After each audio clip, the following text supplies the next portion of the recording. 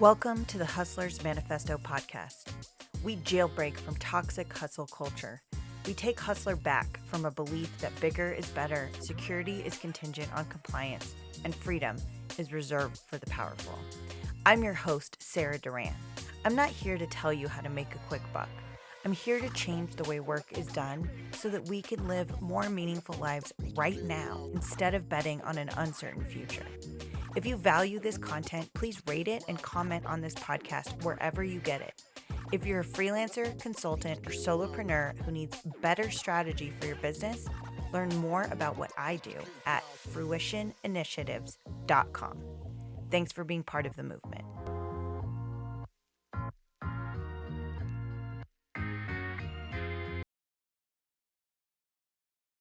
Hi, Kristin. Hi, Sarah. It's good to be here. Yeah, I'm glad to have you here. So let's start off with just the first three questions that we ask everyone, and we can go from there. So tell us, who are you? What is your work, and why do you do it? Yeah, so obviously my name's Kristin. I run Virtual COO, which I work fractionally as a COO for small businesses. And then I also have a few other services I offer that we can get into, but I do operations matching. I have a network of people who are also fractional operations experts. And then I do strategy sessions for solopreneurs and small business owners. So I love it. I started 2.5 years ago. I would say my why feels like it's two-part personal and business. First of all, I love small businesses. I've always loved small business, and I like working with other small business owners. And my husband, son, and I travel full time. We live on the road. We've lived on the road since 2021 when I left my full time job to start this because I wanted the flexibility to be able to travel and do things like on my own time frame. So it's allowed me to do that, which I've loved. Okay, I definitely want to go more into that. But first, tell us, I feel like we're hearing more and more this term fractional.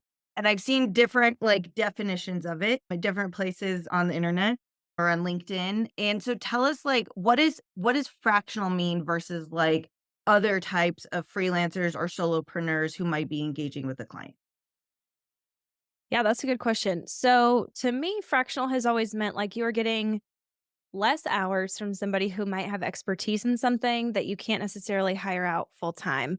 And so you see a lot of fractional experts in like C-suite roles where it's like, hey, I like you and I can't afford a full time COO. I want this person who has this expertise and background to come in, work in my business and help me with it.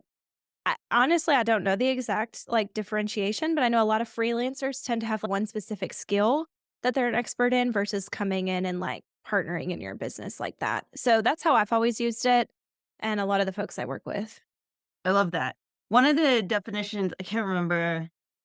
I am not going to be able to give attribution to this, but I saw like a table or a definition somewhere that was like comparing fractional to like other types of freelancers. And one of the things that talked about was just that I think it happens more at like the C-suite type of level. So you see a lot of like fractional CMO, CEO type of folks. And then the other thing that I saw was that a fractional person is like more embedded in the team and in the company Mhm. than like maybe a freelancer who's just there on the project basis. Does that resonate? And again, I think these Yeah, definitions are fluid. Like we're all making it up as we go along, but like, does that resonate with the way that you work with your clients? totally. I feel like that is exactly it. Like when I come in, I say oftentimes it doesn't make sense for me to come in or somebody that I'm matching you with for less than 10 hours a week as your fractional COO. If you have a project and you need like operational help on a project, that's very different. But for somebody to come into your business for less than 10 hours, I don't know your experience, but I've had like contracts that were less than 10 hours. And I just found by the time you do a couple meetings a week to get to know the team and really learn the business and their goals, your time is eaten up. So that for me, I think you hit the nail on the head. Like it's not as project based. I've done some project based work like in the operations world, but when you're talking about like fractional engagements, I would say that's exactly it. Yeah. I think that resonates with my experience too, which is why, like, when I saw that table, I was like, oh, okay, that tracks. Cause I think it's only over the last couple of years that I've started using that term for myself. As I like started seeing other people, I was like, oh, that's what I am. I was like, that's what I'm doing. Yeah, Uh, exactly. but I And think it's you're right. I think you're right. The 10 hours actually is the threshold I use in my mind too when I'm thinking about structuring engagements like that. So that's interesting that like the threshold that you're operating with too. Tell us a little bit more about, and then hopefully this will take us into talking about the like full-time travel because I want to hear all about that. Tell us a little bit more about like how you got here. What did you do before you decided to go out on your own? Yeah, that is tied into the full-time travel a little bit, but I worked for a company for 9 years, worked my way up there. I actually started as an event producer. I love events. I have an event background. I ended up taking over an event P&L there for a team where I oversaw an event area that was like $16 million by the time I left. It was a blast. I got to plan awesome events. It was super fun. And in that process, I ended up getting promoted to take over operations for our 60-person team for the last several years before I left, which I also loved. It was my dream job on paper, and for a long time it was. And then COVID, like so many of us, you just are reevaluating. My husband and I had this dream for 6 years at that point of what if we just sold our house? We didn't even have a house at the time. What if we put all our stuff in storage and just traveled the country in a car? And at the time, people were doing it, but it was not near as big as I feel like it is now. We didn't know anybody who was doing it. We just talked about this for years. And then post COVID, it was like a bunch of stuff came together for us. I started saying, it's time to leave this job. It's very in person. I want remote. I had wanted to work for myself, and we wanted to go on the road before our kid was in school. He was 2 at the time. So everything came together. We made a big leap summer of 2021. We sold our house. I quit my job. I was originally looking for other jobs, and I took on a 15-hour-a-week fractional COO placement, and I came home from that meeting and told my husband, "This is it. I'm starting my own thing. I love it." It was so fun to me. So it all came together real fast, over the course of a few crazy months, and then we left to travel full time and haven't looked back. It's been 2.5 years.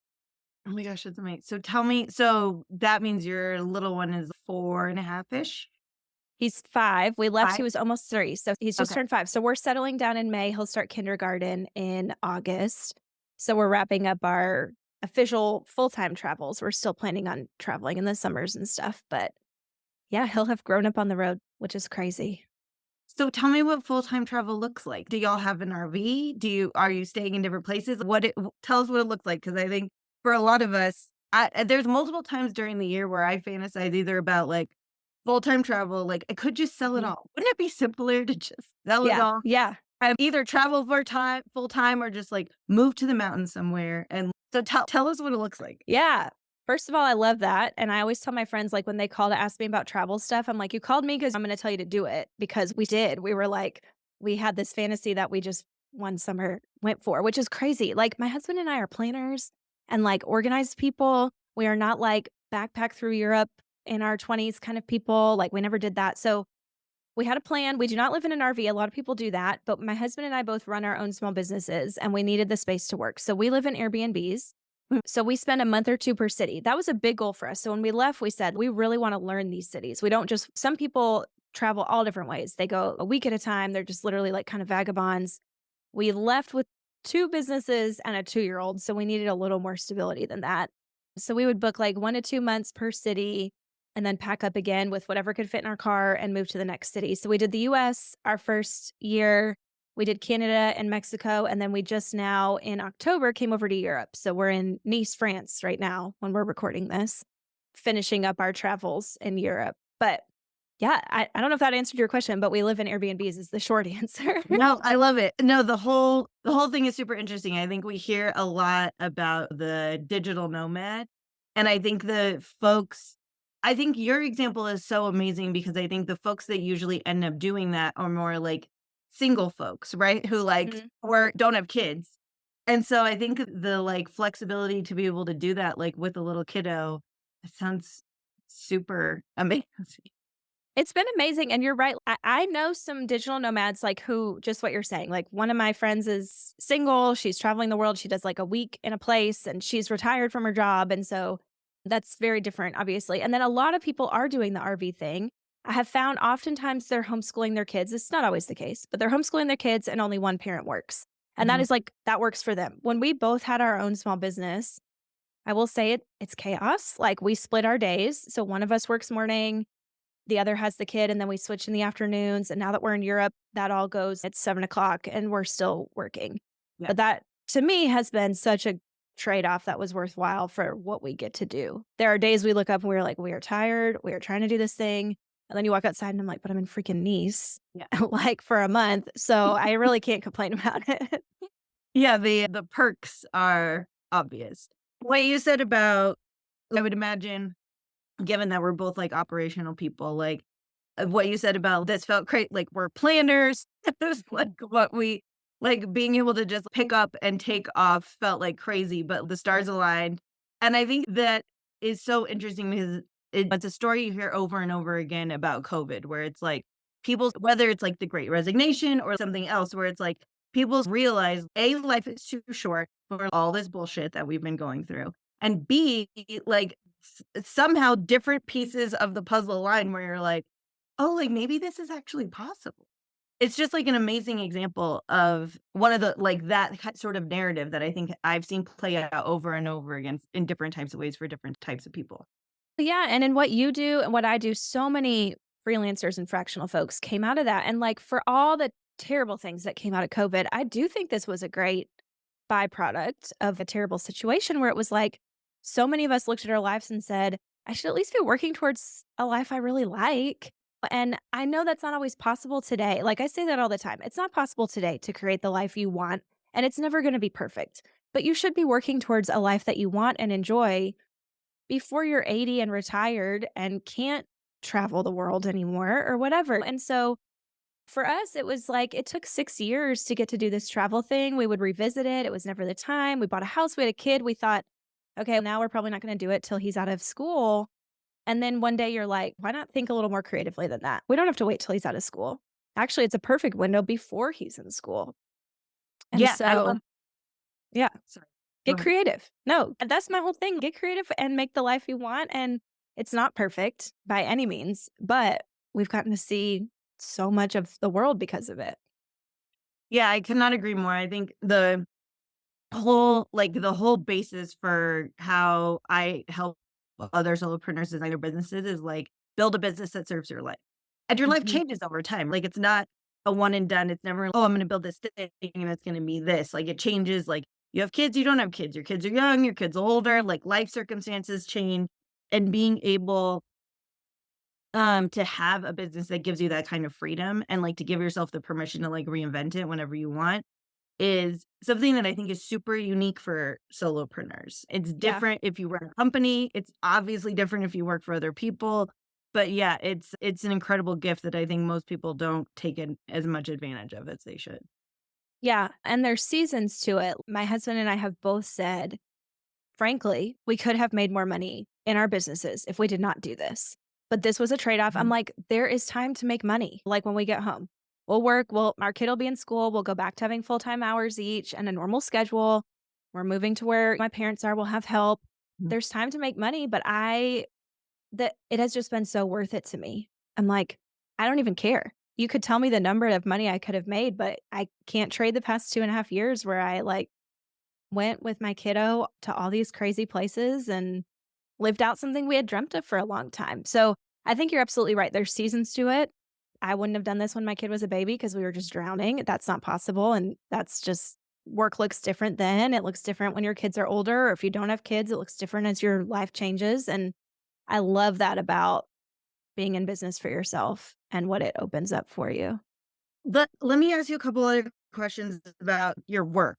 Tell me, like, one of the things that I think so I love the fractional, more long-term client retainer type of model. It's exactly how I do my work, and I think it's different. Obviously, all types of freelancers have all different types of structures in which they work with their clients, but, um, I like to say that I marry my clients, I don't date them, so I build, like, very long-term committed relationships with my clients, and but what that means, at least in my instance, and I've had to get creative about this in my business, and it sounds based on some of the other things that you do that you're getting creative about this too, that, um when you're embedded in that type of, like, structure with someone, depending on how long the engagement is, A, you can only take on so many clients. If your minimum is 10 hours a week, then that's 2 to 4 clients depending on how many hours you wanna work. Mhm. And then just also bumping up against what does that mean like, having that number of clients and what that means for the way your pipeline looks, and you're bringing people in, and for me personally, like, I have I am incredibly lucky to have like pretty long-term committed income. I sign pretty long-term contracts with my client, but that also means that sometimes I have big cliffs where like Mhm. an engagement wrap up and I'm like, okay, by the end of 2025, I really mean I have a really big cliff. So I'm curious about some of those nuances in your business and how you think about navigating that. Yeah, I love this conversation because I do feel like that is so much of it is like feast or famine sometimes. But so for me, similar to you, my ideal situation is to have a little bit of both. I love having the long term, like 10 to 15-hour a week clients. I have one I've been with since almost the beginning, and it's great. I'm like part of the team. I go to the yearly offsite. It feels like very consistent. I like the work. I like the team. It's worked out great. I've had a few others like that as well, and then I like having a mix of some of my work is more project-based, like, I do these strategy sessions, it's 2 to 4-hour sessions with solopreneurs and small business owners to map out their vision for the future and then a strategic plan to get there. Oftentimes with those, they are just the sessions, and that's how I engage with that client, is a session, hopefully it goes well, and a lot of my clients have come back for another session, but it's not ongoing work. I love having some of that because I like the kind of variety. That's why I left a full-time job in the first place, one of the reasons, and having some of those ups and downs, and I just think that I can ramp up those strategy sessions. If to your point, there's a big cliff and I lose one of my clients, I can do a bunch of strategy sessions and work on that pipeline, and sometimes those lead to long-term clients too. I've really enjoyed that, like, having the option of we get to try each other out in this session. "Oh, it went well. Oh, by the way, I can run all this stuff for you too." Like, if you don't have the team to do it, it's a great way to start those conversations. So, I like that variety for myself. I know some people are like, "Just give me my 4 clients or 3 clients or whatever they need," and that's what they wanna do, and that looks very different, but you get to create that, so that's what's fun. Yeah, I think that kind of stability by the very nature of the variety is very important because I fundamentally believe that being a freelancer is more secure than working for other people. And this is one of the reasons why. And that kind of structure makes it even more secure, right? Where you're like, I have these different types of income streams that have different cadences throughout the year. I charge for them differently. I bring those clients in differently. But also, like you're saying, that those strategy sessions and those shorter term things could also lead to other fractional, like, more embedded things moving forward. I also sorry, I'm just wanna ask you one other thing that I don't wanna lose. I'm also curious about what you said. So one of the reasons why I form these long-term committed relationships with my clients is that it's less lonely. So I heard you talk about go to their offsite, you're, like, part of the team.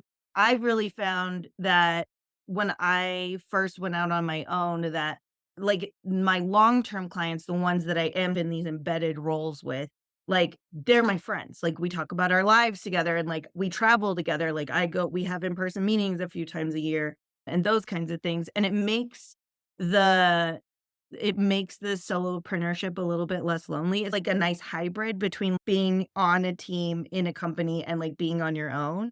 Is that also, like, your experience with some of these longer term engagements? Mhm. For sure. Yeah, because you do miss that. I really liked the last place I worked. A lot of my great friends were there, and you see them every day. And as much as I hope to stay remote forever because I love it, like, you do lose some of that. There are pros and cons there.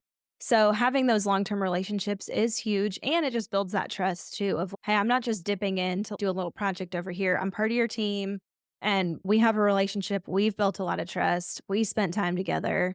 I think that's important. I will say though, there are some cons there. Like, to your point, I do think it's more stable. Like, your long-term job could be over any time, just as much as it seems stable. We've seen a lot of that recently. And so that's a con to a long-term job. And you do have to be okay with the fact that there's some up and down in solopreneurship, freelancing, fractional. Like, you are going to have those times where you either a project ends, a long-term client ends, and either they need something else or you need something else. And either you have that pipeline ready, hopefully, or you've got to start building it up and be okay that your income is up and down sometimes. And so I don't think it's for everyone. I don't think everyone loves it, but if it feels like it's something that you are drawn to, there are so many pros if you're up for that.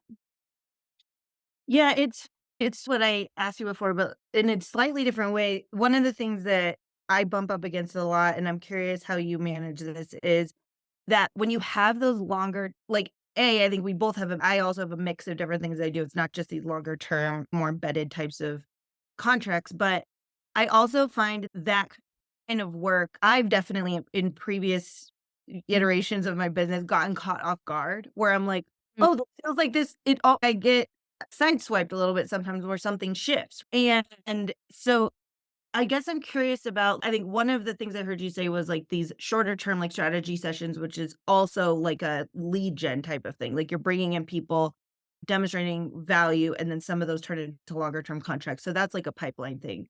But Mhm. and going back to this in when you can only have so many clients that you're doing 10 hours a week for, what is a pipe like, how do you think about your pipeline with that? And how do you think about if one of those were to fall off, like, you don't have a lot of time to be, like, constantly bringing new ones in. So I'm just, like, Yeah. curious how your, like, pipeline and, like, sales cycle, like, works for to that exact point about managing the ups and the downs. Yeah, like a lot of people, I feel first of all, early on, I was very lucky where like I had some great friends. I got my first couple of clients fast. And I know that's not the case for everybody. And that felt like I did feel really lucky for that. And several of them were long term engagements. And with how I was living on the road, I really have only had 25 or 30 hours a week. So once my hours were full, that first year, I didn't really worry about it. And then to your point, things shifted, something changed. This project over here started wrapping up. They needed somebody full time. I didn't want to be full time. Whatever the case was, it ended. And then you're looking up going, oh. And so for me, like I had been posting on LinkedIn throughout that time period, but regularly, like for fun, updates on my life, my business. And so I really started being more intentional about that and realizing you have got to be keeping a finger on the pulse of things even when you're completely booked, which is a no duh, but early on you get sideswiped by it, like you're saying. So for me, it's if you book 40 hours a week with a client, you are going to be working 45 or 50 because you still have to run your business.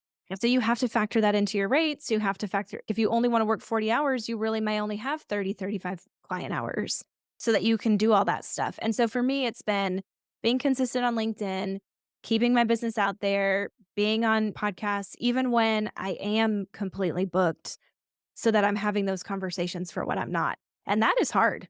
Like when you're drowning in client work, you're like, the last thing I want to do is keep this up. But I just feel like that is key. Yeah, I could not agree more, and it is hard because that balance is if one of those conversations move to they wanna hire you, then you're like, "I'm actually fully booked," but so Yeah. that's where that leads me to my next question for you is how do you think about like, I heard you talk about, like, other folks that you partner with, and so Mhm. I constantly bump like, when you're building these really committed relationships with people, that also leads to repeat business, referrals, like them wanting you to do more stuff for them. And how do you, and again, like this structure where you're like embedded possibly a higher number of hours than maybe someone who's on like just a project by project basis, that can be a hard thing to manage as well. How do you think about delegation, subcontracting, outsourcing, like referrals to other freelancers? What does that look like for you? Yeah. So a couple things. I've done a lot of experimenting with that over the past few years, as I feel like all of us do. Early on, I did for some of my engagements, I brought in like an operations manager to help me. And I love that. It was great. I just realized pretty quickly I did not wanna grow my team while I was living on the road, and so I've tabled that. When that engagement ended, I ended up passing it off to an operations manager when I stepped away from it.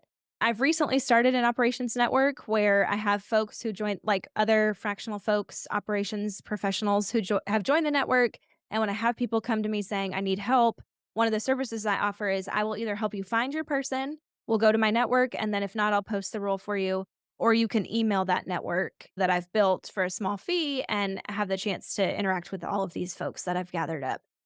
So in the short term, that's really where I've put my energy if I'm booked and I'm like, "Hey, what do I need to do?" I've also met a lot of amazing people on LinkedIn that I just try to say, "Let me hook you up with this person, introduce you to this person when it makes sense."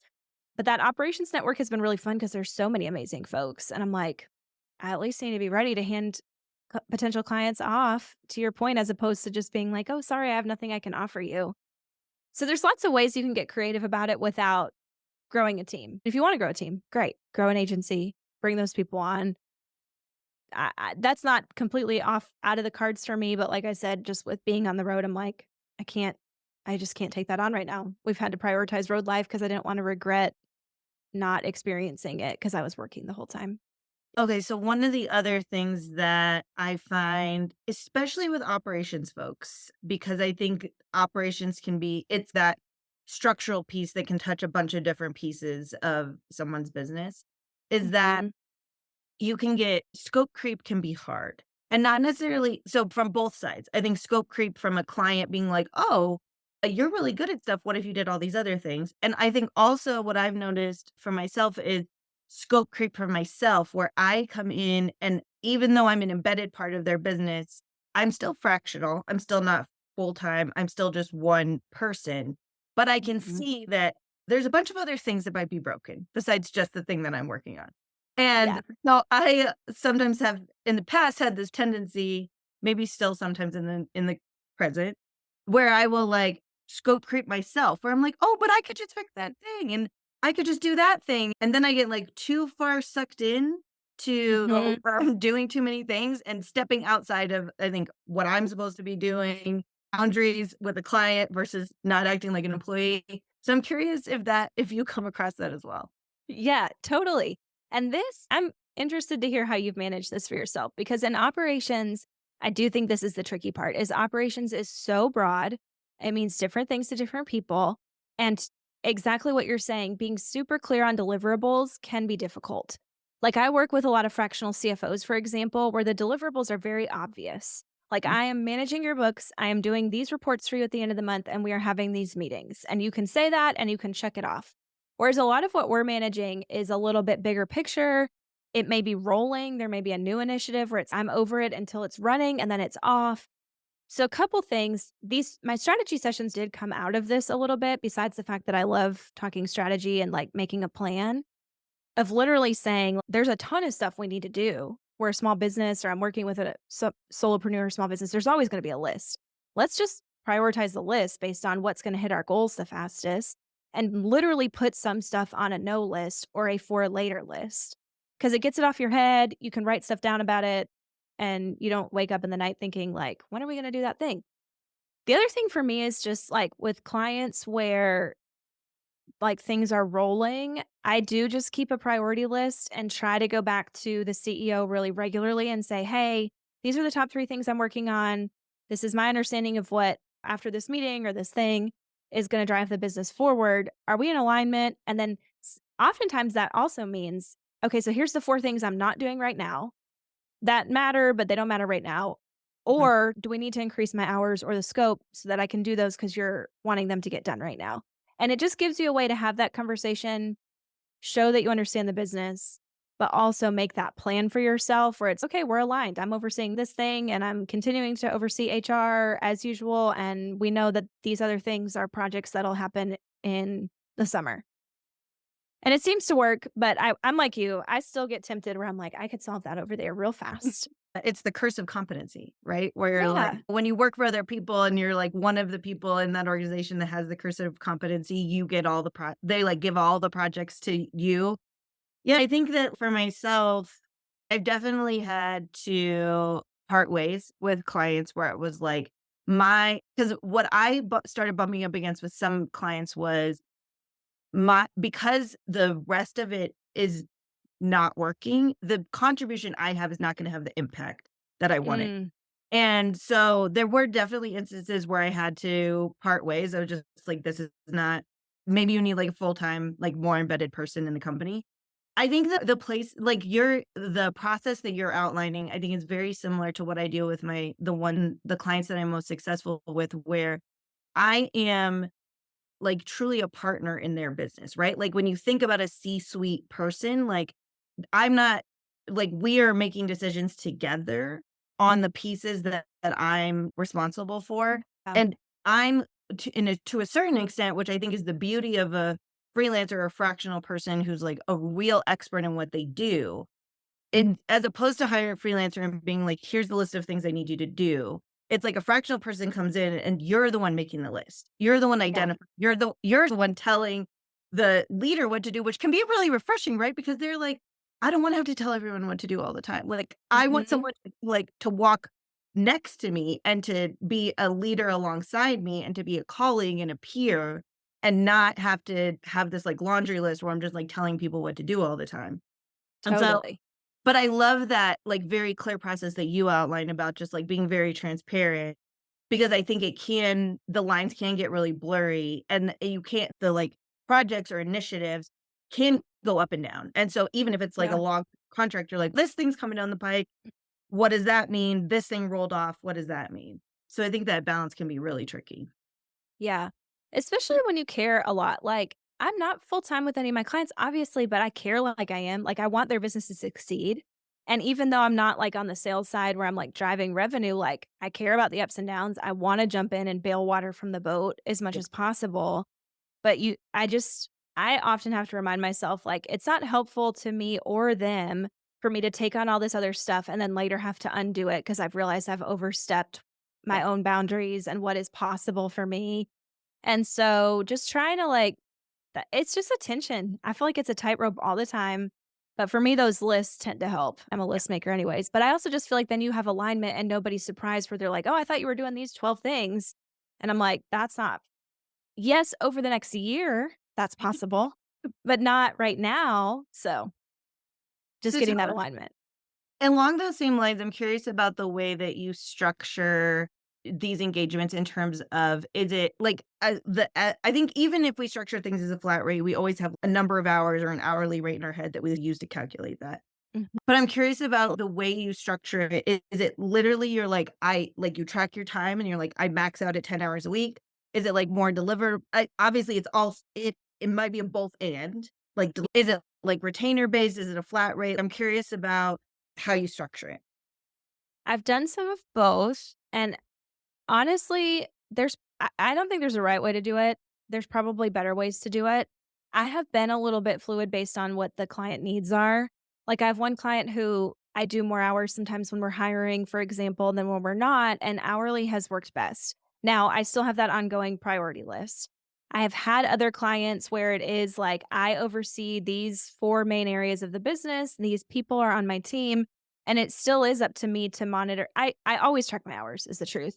But to keep an eye on that and say, "Hey, I'm pretty consistently over the hours that it should take to do this. I need to go back and reset expectations." But when I don't track my hours, that scope creep gets real intense real fast for me. So, I track it. I try my best to time block it because I just work best that way. Like, I do not sometimes you have to flip back and forth every 30 minutes, but it is better for me if I'm like, "These 3 hours I'm working on this client, then I'm switching over here." That makes it real easy to track. I block it on my calendar.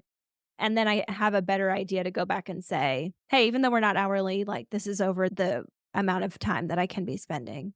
Yeah, yeah, I totally agree. There's no like right answer. I think it's Mhm. always contextual. And like for most of mine, I do mine pretty similar to the way you do yours, where most of them are a flat rate. I think all of them are a flat rate right now, actually. And but I am constantly like the way you structure that and the way you scope it is very important because to your point, like you have to be able to go back and say, hey, whether you have like sometimes I will like cap, I'll be like, this is the flat rate, but this is the cap of Yeah. hours. If I go above that, then this is what happens. Or like that scope creep, the deliverables, like it it's it can be really hard to, I think, scope something like that out over time, like you said about the ebbs and flows, because it's just and back to the caring too much and trying to stay in our lanes all the time. Sometimes those kind of boundaries are like even more helpful for me than they are for the client. Yeah, totally. And I just find like CEOs are busy and I want to make their life easier. So don't give them more problems. I like to go in with options. Hey, I'm seeing that the scope is creeping up. I'm putting in all these hours. We have a few options. I can increase my hours. That'll cost this much money. To cover all this, we can drop some things. We can put some things on the later list. But I'm coming in with a very easy plan for them to be like, this one. Thank you. Yep, Continue solving my problems and don't make my life harder. that's right. That's right. Yeah. Yes, no one wants to handhold a freelancer. And, like, No. going back to, like, people really just want you to be like, "This is what you do." You don't have to Yeah. tell me what to do. I come and I'm like, "I did this. I did this. I did this." Yeah, I think that's really good advice. Thank you so much for, talking with us today. You're the first, like, fractional person besides myself that we've had on the podcast. So, I think it's just always really interesting to hear about different ways that folks structure their solopreneur businesses. And, Yeah, totally. tell us more about where we can find out about you? Primary places on LinkedIn, Kristin Cummings. I also have a website, kristincummings.co. Those are the two main places. My Instagram is mostly just travel pictures. But if you want to see where we are, it's at Kristin, Kristin, Randy, which is my middle name, Randi. But like I said, I don't even really talk about business on there very often, except the occasional podcast mention. The travel stuff is fun though. Yeah, it is fun. Yeah, we'll make sure to link all of that stuff in the show notes. And yeah, thanks so much again for being Thanks here. for having me. This was fun. It's always good to talk to other people in the same space. I know, isn't it? It is fun. Thank you.